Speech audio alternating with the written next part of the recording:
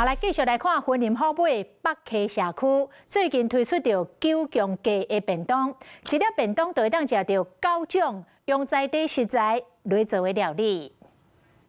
北溪社区的工作人员认真做餐点，推广在地的丰富物产。这几年像真侪游客来这耍，都惊民众来这耍巴肚会枵。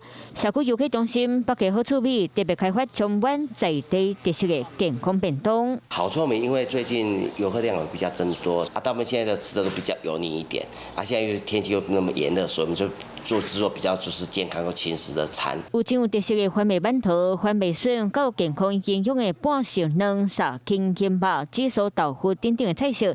这便当用少油少盐的方式煮，选用真侪原型食物，就是希望大家会当食安心个健康。我们这个9宫格便当呢，主要就是主打健康餐，自己把关，然后没有太多的添加物，没有太多的腌制物。便当内当食到真侪在地农产，卖当食出社区的用心和对土地的情感。